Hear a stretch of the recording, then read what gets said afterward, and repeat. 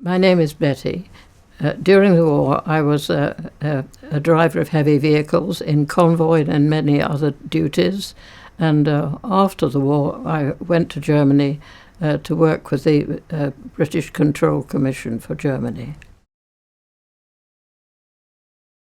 When I speak about it,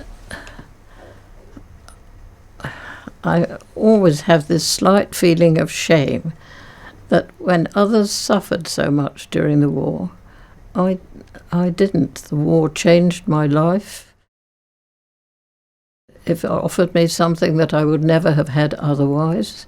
It also gave me a taste of travel too. I remember one trip I loved particularly. That was over Shap. I remember racing over Shap, so many of us, one after the other, and I thought, this is living. I'm so glad I'm no longer a civil servant. We all knew we had to win the war. We worked all hours and we did what was necessary. After the war, that spirit ebbed away somehow. The desire to work hard had gone from us. Everybody's idea was to get out of the army, go back to Civvy Street and start life again. But the mere thought of it horrified me.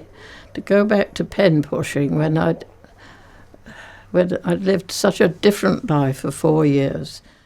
To me, I was completely free. I could do as I wished, and that's a wonderful feeling to have when you're, 26 when I went to Germany.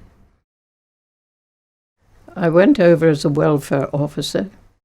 Germany was in an absolute mess. The infrastructure had collapsed. When I first went there, of course, I thought I'm going to work among the people who've just been bombing us.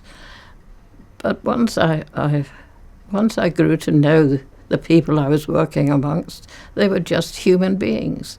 And when human beings are starving, you don't think of principles and hatred and such like. I would have been such a different person, I think, if I'd stayed in the civil service. Would I have realised that if the war hadn't come, I would have remained there and my life would have been as narrow as I saw their lives, instead of which the world opened for me.